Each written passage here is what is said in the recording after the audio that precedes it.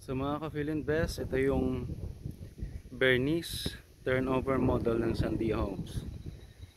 We have a lot area of 60 square meter and then usable area is 28.29 square meter. So ganito siya. So hanggang dito siya yung lote niya. Yan.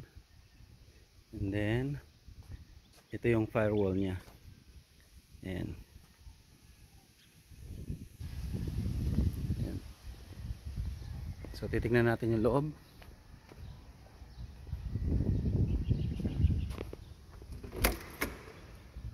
So this is the turnover unit. Yan.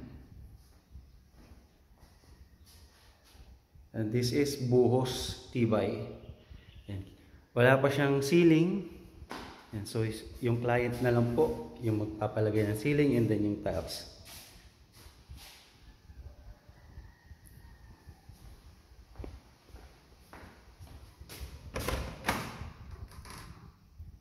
Ito yung toilet and bath.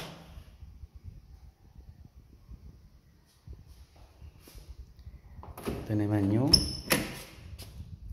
back area niya. Meron siyang dirty kitchen.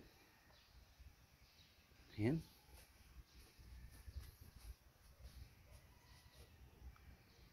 This is Bernice model unit.